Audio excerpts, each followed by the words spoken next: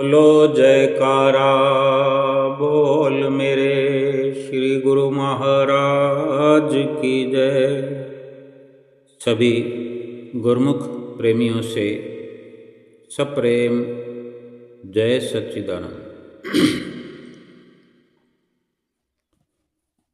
संसार का रूठना, मनाना, समझना, समझाना लगा रहता है। जब तक इंसान संसारिकता में लिप्त है, किसी न किसी को मनाने का यत्न प्रयत्न करता ही रहता है। और ये संसार है कि कभी मानता ही नहीं, रूठा ही रहता है। भाव ये कि एक को मनाओगे 1000 रूठ जाएंगे, 1000 को मनाओगे 1,00,000 रूठ जाएंगे। लेकिन जिसने एक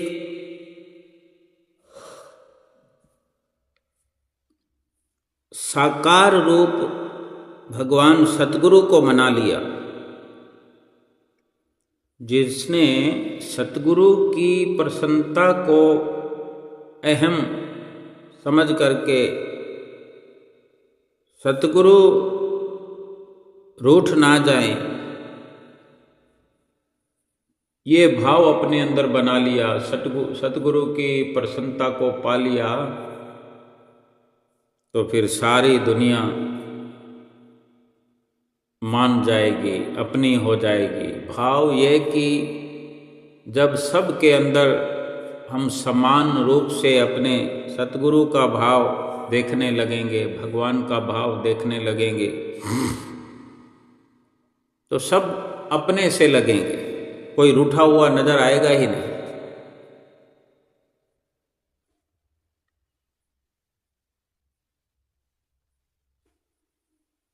और जब सतगुरु के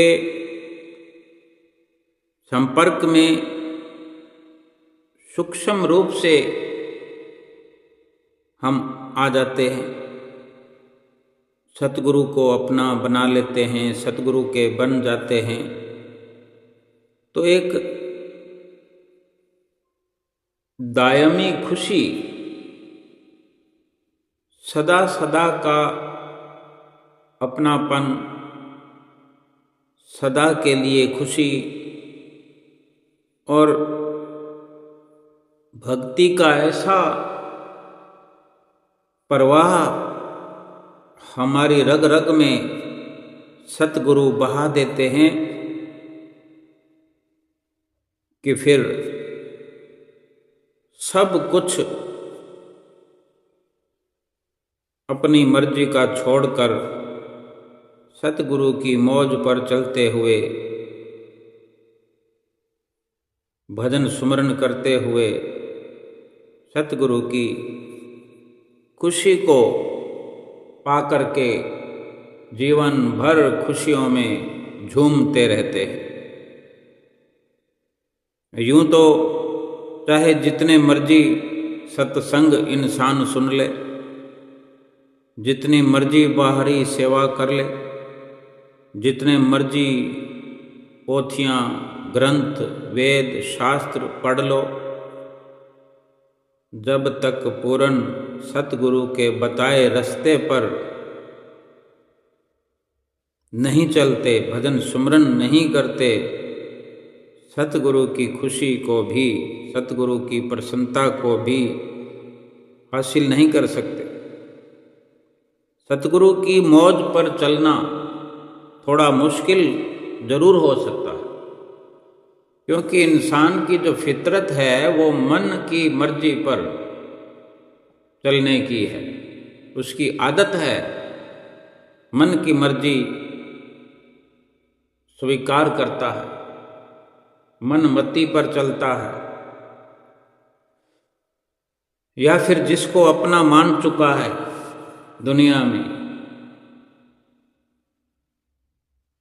उसकी मर्जी पर चलता है तो वो जो अपना सा लगता है वो भी मन की ही मर्जी है, जिसको स्वीकार कर चुका है।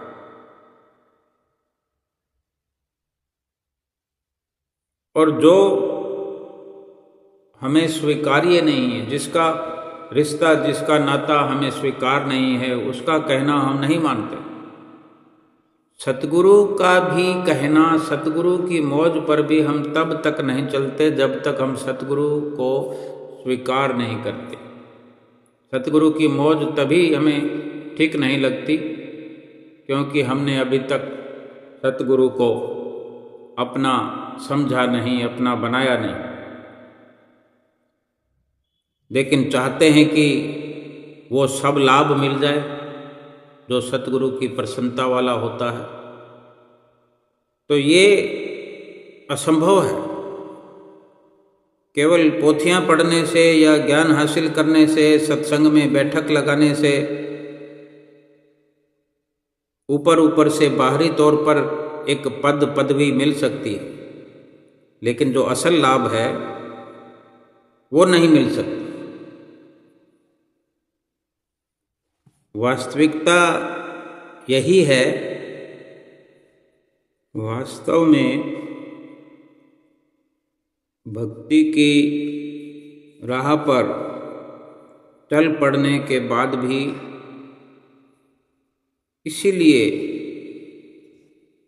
मुश्किलों का सामना करना पड़ता है, मुश्किल लगता है भक्ति का करना, क्योंकि अंदर से हमारी पूर्णतया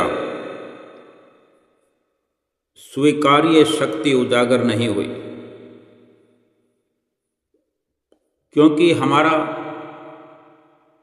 मन जो है अभी संसार में रम रहा है, विषयों में रमा हुआ है, लिप्त है। आदतन जो मन सांसारिक रिश्तों में, नातों में, सांसारिक पदार्थों में लगातार जुड़ा हुआ है, और इसी के कारण ही भक्ति में केवल ऊपरी तौर पर हम प्रयास तो करते हैं, लेकिन वो रस, वो आनंद नहीं ले पाते। और जब तक भक्ति का सच्चा रस हमको प्राप्त होगा नहीं, तो वही मन जो संसार में रमा हुआ है वो भक्ति में कैसे रमेगा। ओ रस छाड़ ए रस भावा, ए रस भावा फिर ओ न भावा। भाई जो संसार का रस है उसका त्याग करना पड़ेगा, उसको छोड़ना पड़ेगा। ओ रस छाड़ ए रस आवा, ए रस आवा फिर ओ नहीं भावा। भक्ति में सफलता तब तक नहीं मिलती जब तक भक्ति का आनंद नहीं प्राप्त हो जाता। और भक्ति मुश्किल भी इसीलिए है कि पहले पहले संघर्ष करना पड़ता है। सांसारिक वस्तुओं के लिए, सांसारिक किसी पद वैभव के लिए भी पहले पहले संघर्ष करना पड़ता है। एक बच्चा छोटा पढ़ाई करने में, पढ़ाई की शुरुआत करने में भी संघर्ष करता है, लेकिन थोड़े समय के संघर्ष के बाद, अभ्यास के बाद फिर ऐसा रम जाता है कि कोई चाहे कि उसे पढ़ाई से दूर कर दे तो ये मुमकिन नहीं। जैसे मधुमक्खी जब तक गुनगुन करती हुई फूल के चारों ओर मंडराती रहती है, भिन भिनाती रहती है, भूं भूं भूं ऐसे गुनगुनाती रहती है, तब तक ये समझो कि फूल का जो रस है वो उसे मिला नहीं। वो गा तो रही है, गुनगुना रही है, ये ऊपर ऊपर का प्रयास हो सकता है, वो आसपास फूल के चक्कर लगा रही है, फूल के पास में ही है, लेकिन फूल का रस अभी चखा नहीं। और एक बार प्रयास करते हुए उसे फूल का मधु, फूल का रस जब मिल जाता है, जब उस रस को चख लेती है, तो फिर उसका गुनगुनाना बंद हो जाता है। फिर वो शांत होकर फूल पर बैठ करके उस रस का रसपान करने लगती है। इसी तरह मनुष्य जब तक धर्म के सिद्धांतों को लेकर तर्क वितर्क करता है, तब तक यही समझना चाहिए कि उसे धर्म अमृत का स्वाद मिला ही नहीं। एक बार यदि उस अमृत का स्वाद चख लेता है मनुष्य, तो फिर वो शांत हो जाता है, शीतल हो जाता है, आनंदित हो जाता है। फिर तर्क वितर्क से वो दूर हो जाता है, भीतर ही भीतर उस स्वाद को चखता रहता है। शुरू शुरू में जैसे किसी भी पौधे को चारों ओर से घेरा लगा करके गाय बकरी इस तरह के जीव जो है नष्ट कर देते हैं, तो उनसे बचाने के लिए पौधे के चारों ओर थोड़ी बाड़ लगानी पड़ती है, कोई घेरा बनाना पड़ता है कि उस पौधे को कोई नष्ट ना कर सके। और इसी प्रकार वही पौधा जब बड़ा होकर पेड़ बन जाए, फिर उसे कोई भय नहीं रहता। फिर वही गाय और बकरियां, बल्कि सैकड़ों गाय बकरियां आकर के उस पेड़ के नीचे आसरा तो लेते हैं और उसके पत्तों से अपना पेट भी भरते हैं।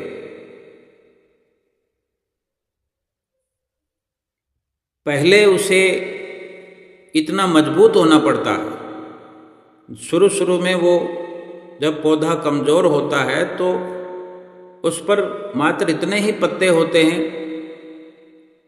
उसकी जो मजबूत बाद में जो तना बन जाता है वो तना ही एक डाली की तरह होता है सर्वप्रथम, जिसको बड़ी आसानी से ये गाय और बकरियां नष्ट कर देती है। लेकिन एक अभ्यास के तौर पर कहें या सुरक्षा के दायरे में समझें कि थोड़ा प्रयास करके उस ऊंचाई पे पहुंचने पर फिर वही गाय और बकरियां उस पेड़ का कुछ नहीं बिगाड़ सकती। कोई भय नहीं रह जाता। फिर सर्दी में, गर्मी में, बरसात में, बसंत ऋतु में, आंधी तूफान में वो पेड़ जो है वहीं तटस्थ होकर के, निडर होकर के, बेखौफ होकर के खड़ा रहता है और अपनी सामर्थ्य से हर किसी की मदद ही करता है।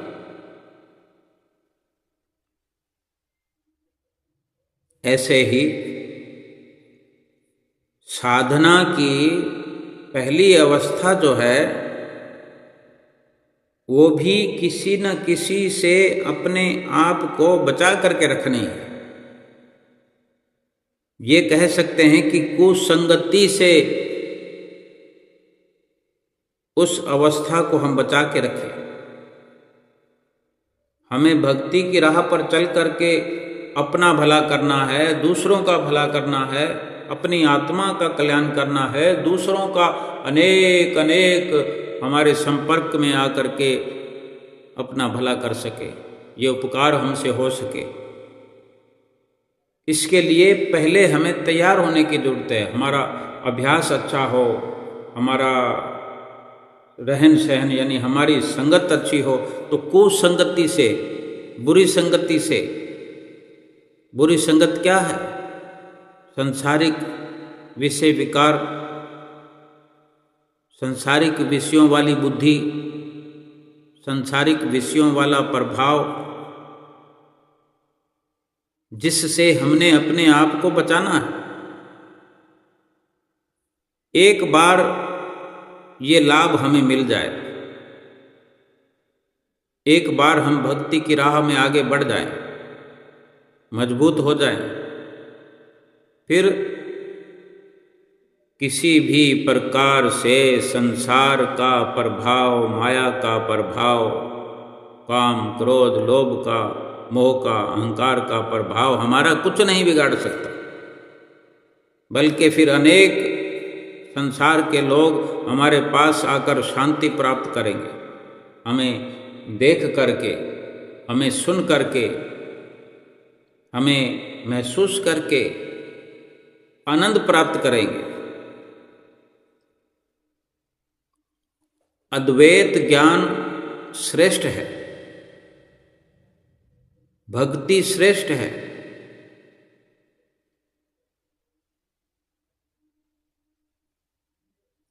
परंतु शुरू में ईश्वर की सेवक भाव से आराधना करनी पड़ती है, करनी चाहिए। ईश्वर साकार रूप में सतगुरु के ही रूप में हमें, स्वरूप में हमें मिले, और इन्हीं की उपासना, उपासक भाव से, सेवा सेवक भाव से आराधना हमें करने की जरूरत है। ये बड़ा सरल रास्ता है, सहज पथ है, और इसी से आगे चलकर सरलता से अद्वैत ज्ञान प्राप्त होता है। और अक्सर भक्त जो है ब्रह्म ज्ञान नहीं चाहता,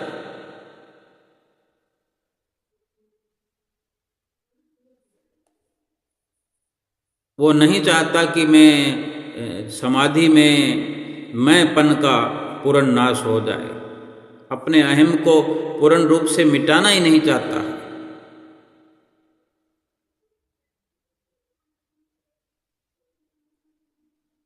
वास्तव में क्या है, अपने अहंकार को इंसान बनाए रखना चाहता है, बरकरार रखना चाहता है।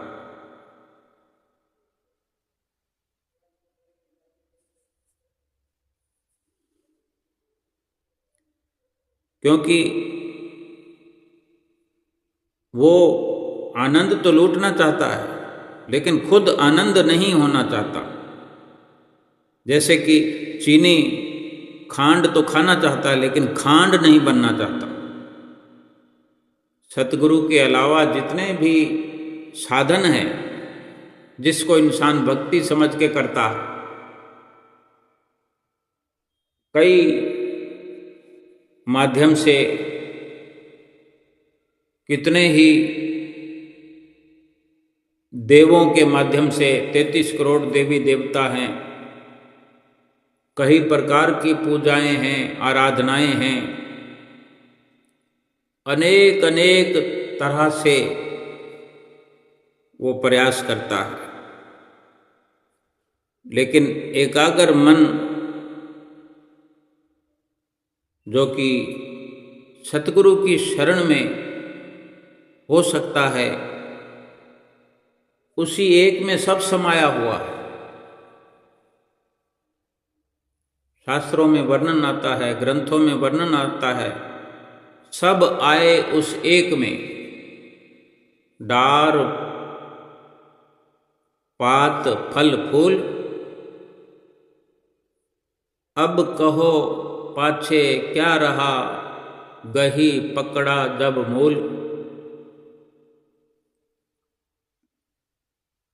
जब एक से ही सफलता प्राप्त होनी है तो हम अपने आप को अगर अनेकों में उलझा करके रखेंगे, अनेक जगह पर डेरा लगाएंगे, अनेक जगह पर अपनी दौड़ लगाएंगे, कभी इधर कभी उधर, तो हम ना किसी के बन पाएंगे ना किसी को अपना बना पाएंगे।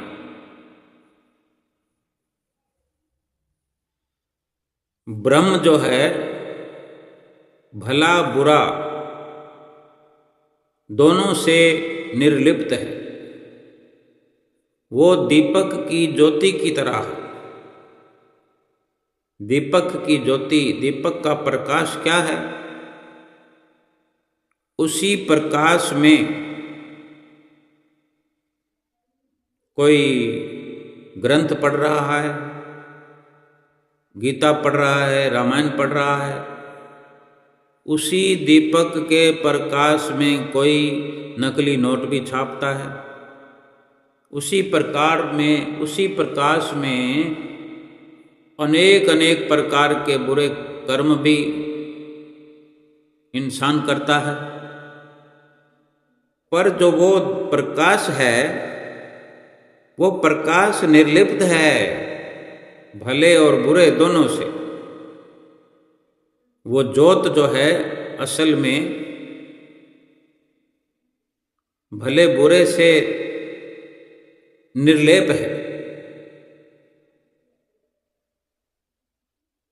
भला बुरा सत्य असत्य सब जीव के लिए है, ब्रह्म के लिए ये सब कुछ भी नहीं है। वो तो इन सब से परे है। ब्रह्म जो है वायु की तरह है, हवा की तरह है, जो सुगंध और दुर्गंध दोनों को उड़ा तो ले जाती है, पर खुद सुगंध और दुर्गंध दोनों से निर्लिप्त रहती है। ये हवा का स्वभाव है। ऐसे ही ब्रह्म है, उसका किसी से कोई लेना देना नहीं है, ना अच्छे से ना बुरे से।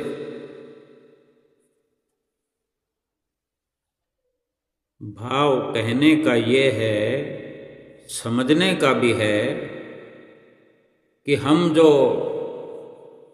विशेष रूप से सत्संग की निश दिन चर्चा करते हैं, भक्ति की रोज चर्चा करते हैं, भक्ति चर्चा के माध्यम से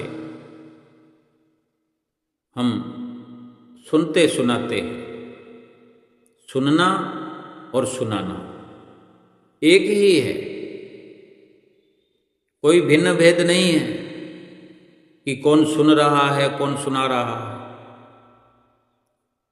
सुनने वाला भी वही है, सुनाने वाला भी वही है।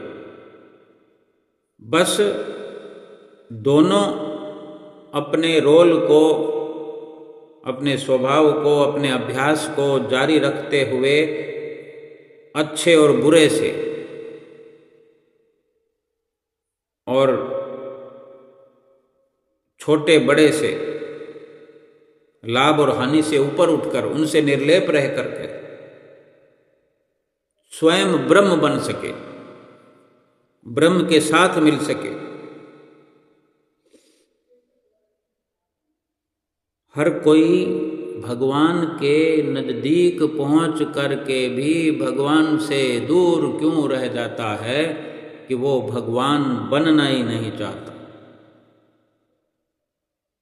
परमात्मा को पाकर भी परमात्मा बनना नहीं चाहता। हर इंसान परमात्मा का ही अंश आत्मा है।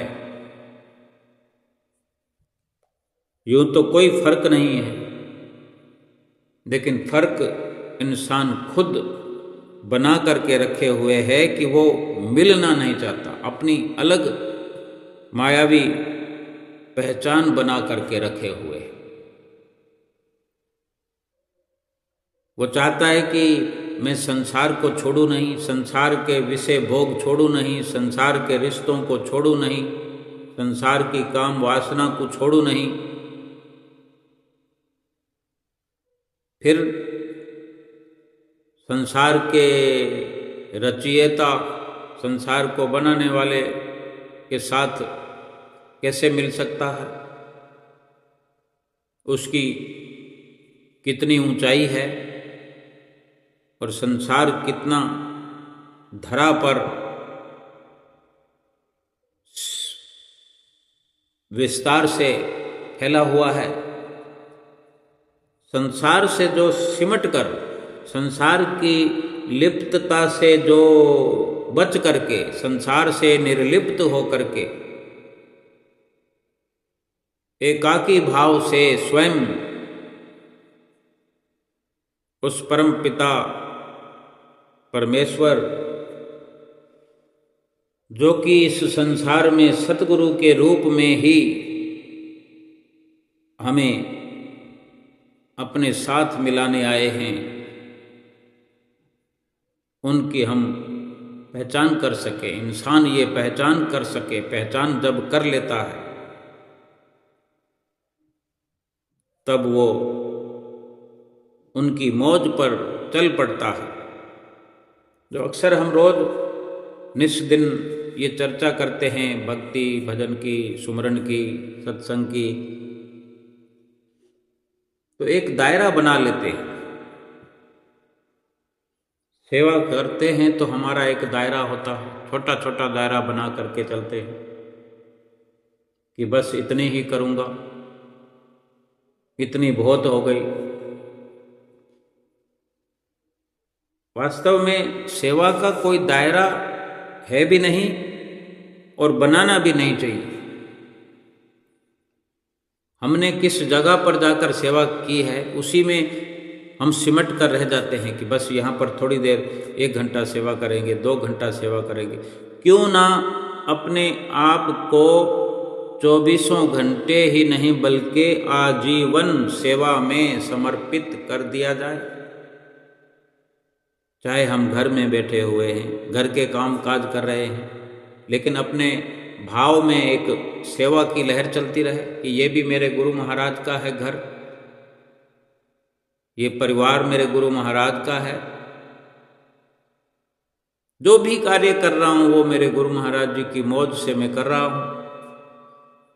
धनोपार्जन, जो धन कमाने का जो हमारा रोजमर्रा का कार्य है, ये भी हम समझें कि मैं अपनी सतगुरु की मौज से, उनके आशीर्वाद से ये धन कमा रहा हूँ और सतगुरु के आशीर्वाद से, उनकी मौज से ये जो परिवार मिला हुआ है।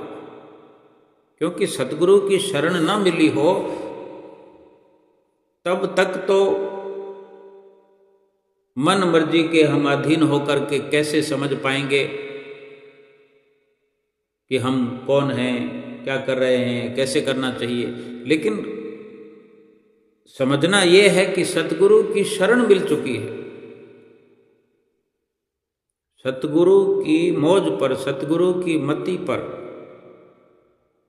हम एक संकल्प पत्र भर चुके हैं, एक स्वीकार्यता दे चुके हैं कि हम अब गुरु महाराज जी के उपदेशी हैं।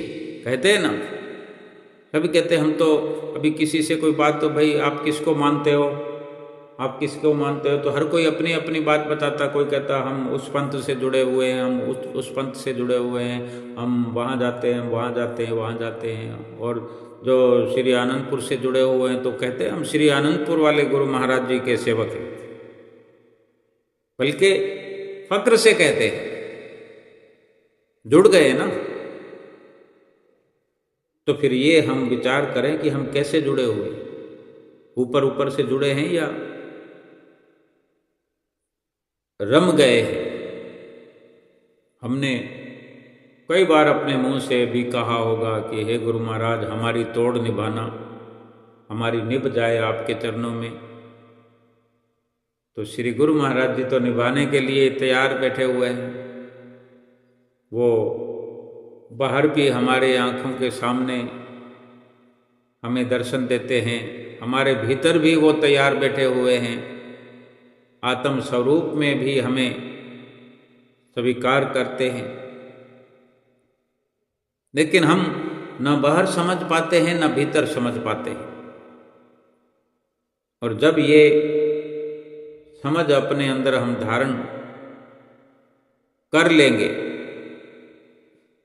भजन सुमरन अपना गहना बन जाए, सत्संग हमारी जिंदगी में उतर आए, सत्संग हमारे व्यवहार में उतर आए, कभी झूठ बोलने के ख्याल से ही कपकपी होने लगे हमें। सत्संग कोई सत्संग में बैठकर भजन कीर्तन करना, सुनना, हो हल्ला मचाना, यही सब नहीं समझना चाहिए। सत्संग का पहला सबक ये हमें लेना चाहिए कि फिर झूठ बोलते हैं तो फिर सत्संगी नहीं है।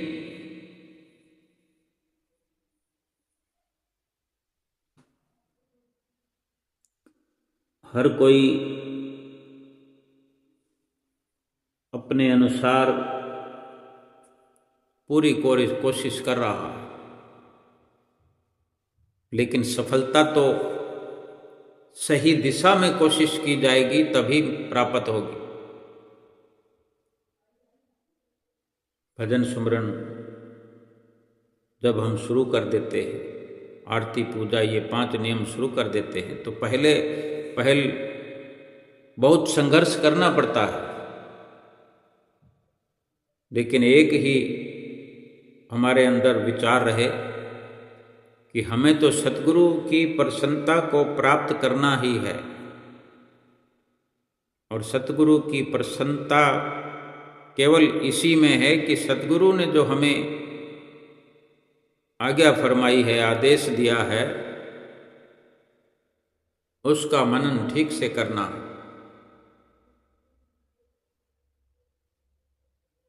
जो नियम हमें बताए हैं, उन नियमों का अगर हम ठीक से पालन करना शुरू कर देते हैं तो फिर ये सब कुछ अपने आप होता चला जाएगा।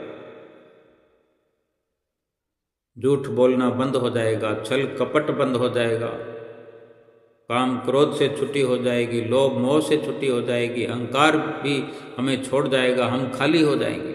हमारा हृदय का बर्तन जो है साफ सुथरा पाक पवित्र हो जाएगा। और जब हृदय पाक पवित्र होगा तभी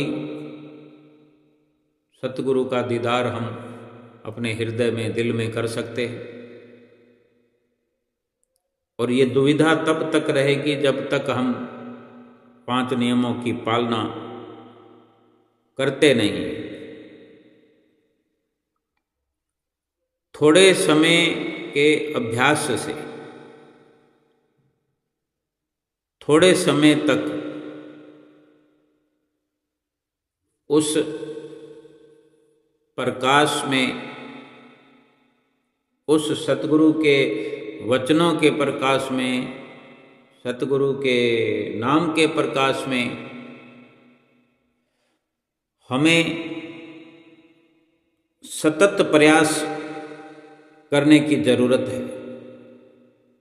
लगातार अभ्यास इन्हीं 5 नियमों का करना है कि हम श्री आरती पूजा करें तो अडिग होकर के मन भागता है। आरती पूजा में भी मन खड़ा नहीं रहता, रुकता नहीं है, बहुत बेचैन करता है। आरती को, थाली को पकड़े हुए खड़े हैं तो बड़ी उथल पुथल होती है खड़े खड़े,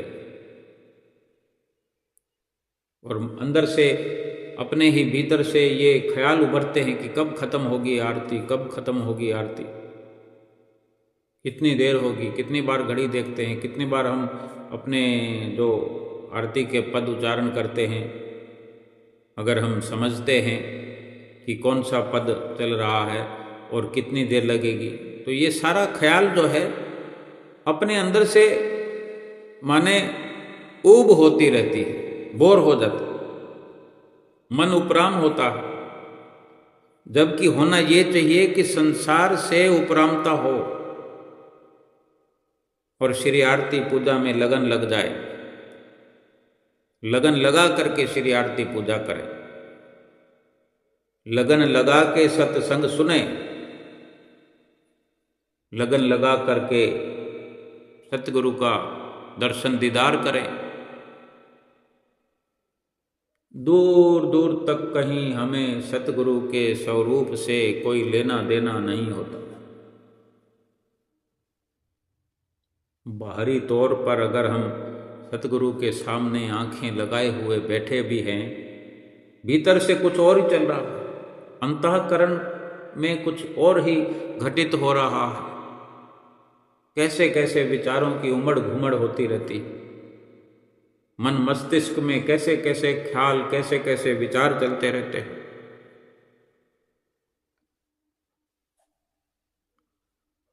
हमें हर प्रकार से समझ करके चलना होगा भक्ति की राह पर, के जैसे सड़क पर हम चलते, अपने आप को कितना बचा के चलते। कहीं भी ध्यान चलता हो, कोई भी विचार चलता हो, लेकिन सड़क पर हजारों हजारों लोगों के बीच से हम निकल जाते हैं, चाहे हम कार चलाते हों, बाइक चलाते हों, स्कूटर चलाते हों, साइकिल चलाते हों या पैदल चलते हों। लगातार अपने आप को बचा करके अपने घर में पहुंचना कितना जरूरी है, ये ख्याल हर वक्त हमें रहता है। हमारा मकसद केवल यही होता है कि हमें सभी प्रकार के कार्य करके हमें अपने घर पहुंचना, ये हमारा लक्ष्य होता है। और ये भक्ति परमार्थ पर जो हम चल पड़े हैं, ये एक रास्ता है, भक्ति की सड़क है, भक्ति की राह है। ये रास्ता हमें अपने घर लेकर जाएगा। तो इस राह पर चलते हुए हजारों हजारों मुसीबतें हैं। ये सब जो ध्यान हटता है हमारा, संसार की ओर जाता है, कहीं धन में जाता है, कहीं पुत्र में जाता है, परिवार में जाता है। ये हजारों तरह के वाहन जैसे सड़क पर सफ़र करते हुए आमने सामने से कोई पीछे से आ रहा है, कोई सामने से आ रहा है। इन सब से बचने की जरूरत है।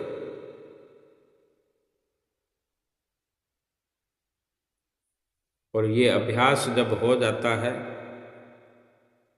फिर भक्ति मार्ग पर चलते हुए एक समय ऐसा आता है कि हम निर्भय हो जाते हैं, बेखौफ हो जाते हैं।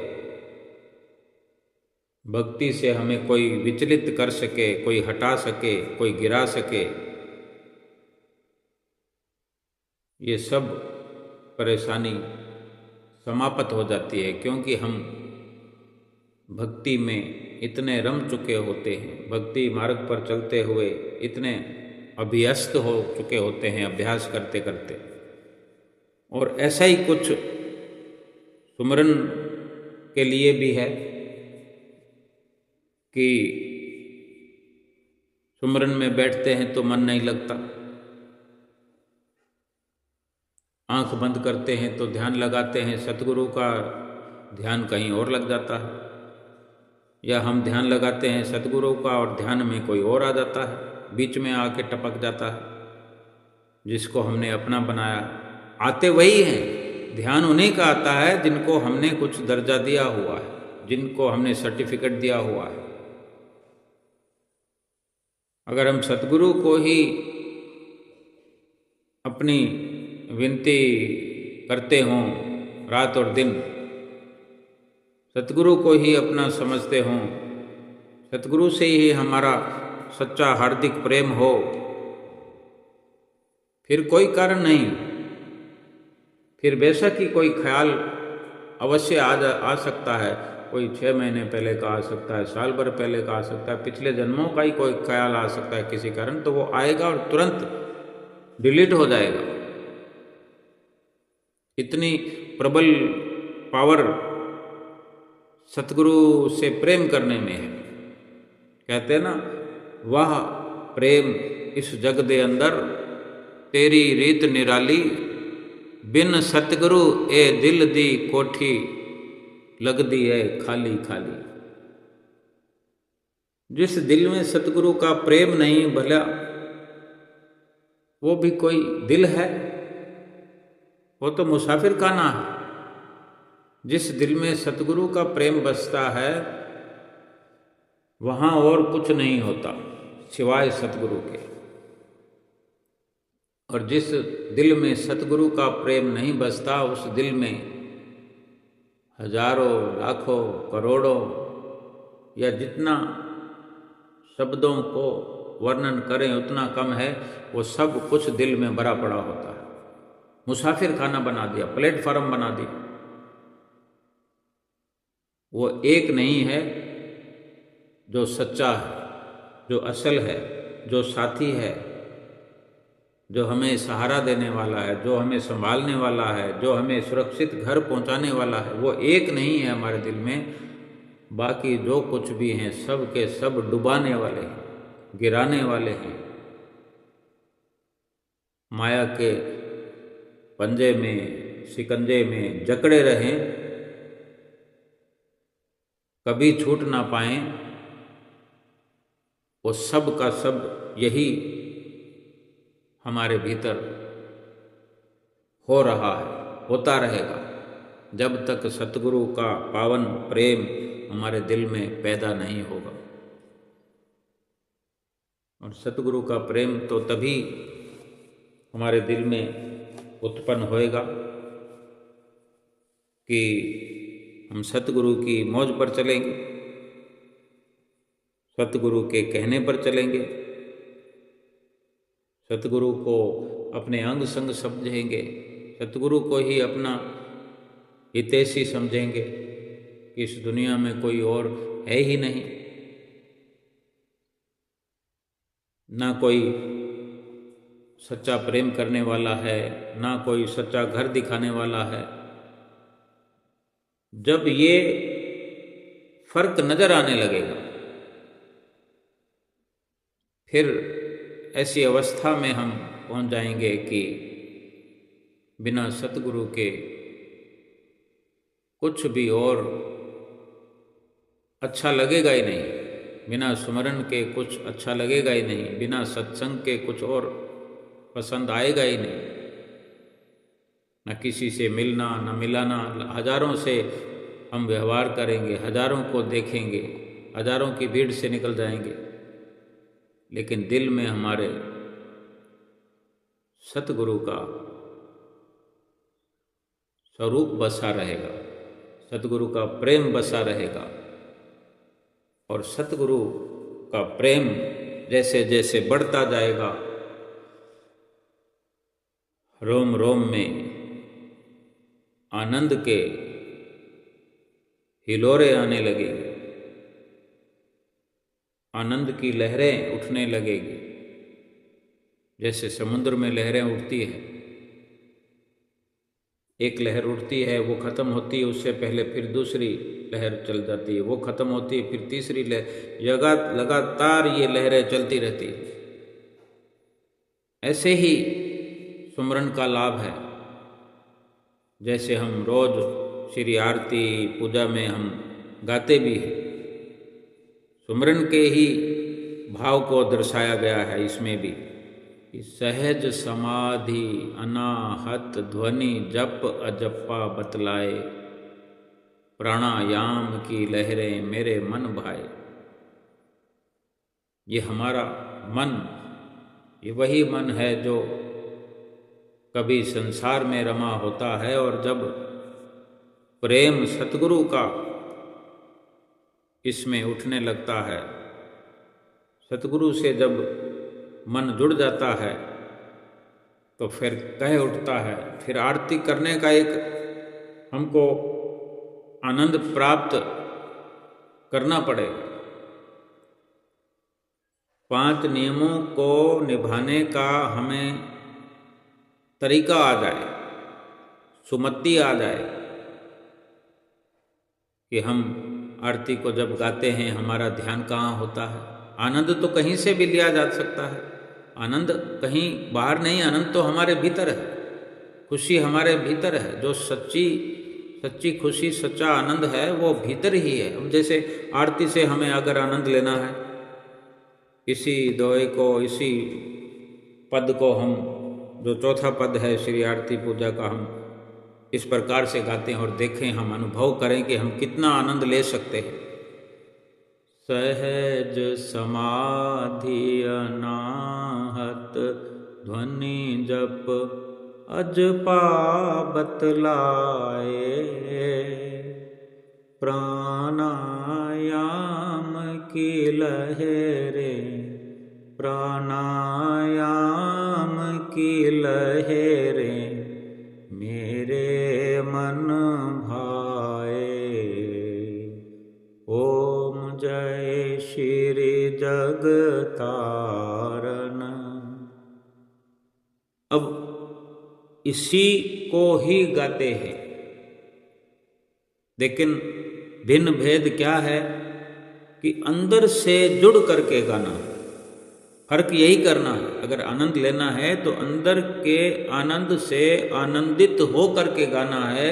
फिर देखो प्राणायाम की लहरें मन को कैसे भाने लगेगी, मन रमने लगेगा, उस ऐसे लगेगा जैसे वही समुद्र की लहरों की तरह प्राणायाम की लहरें हमारे अंदर अंतर हृदय में उठने लगेगी और मन खो जाएगा उसमें।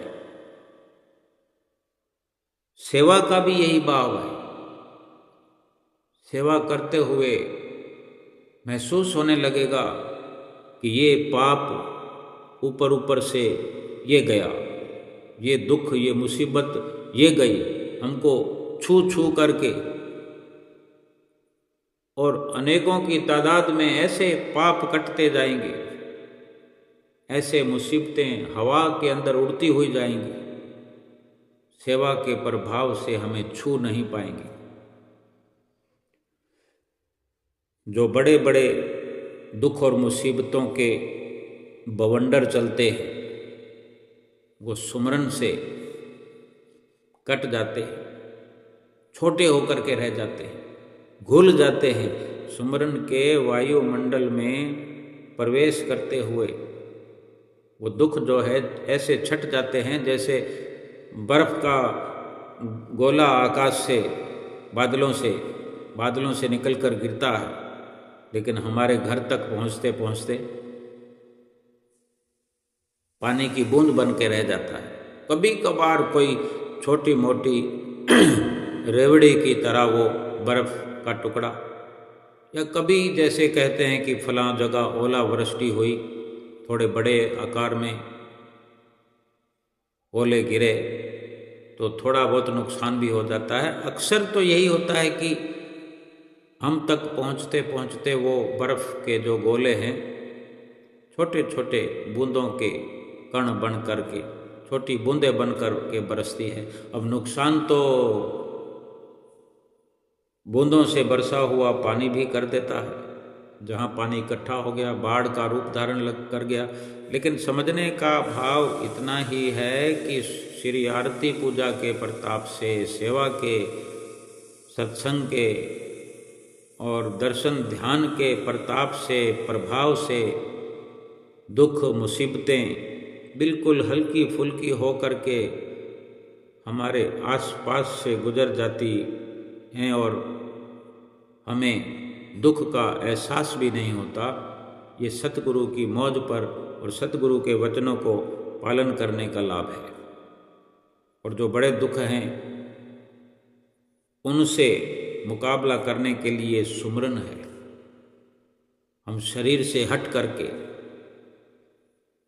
अपने आप में स्थित होकर के, अपने स्वयं में स्थित होकर के जब हमारा भाव शरीर से जुड़ा नहीं होगा,